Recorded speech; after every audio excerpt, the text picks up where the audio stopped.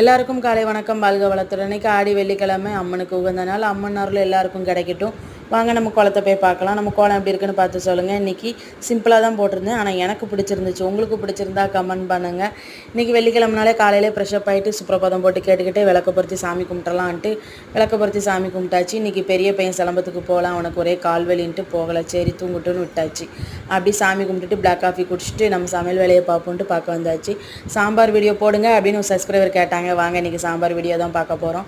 பருப்பை நல்லா களைஞ்சி வச்சுக்கோங்க. களைஞ்சி வச்சுட்டு மல்லிச்செடி போட்டு பருப்பை வேக வச்சுக்கோங்க. நான் இன்றைக்கி எடுத்துருக்கிற காய்கறி முள்ளங்கி, சவுச்சோ, கேரட்டு தான் எடுத்திருக்கேன். ஏன்னா வீட்டில் அந்த காய் தான் இருந்துச்சு, அதனால் அது போட்டு தான் இன்றைக்கி சாம்பார்.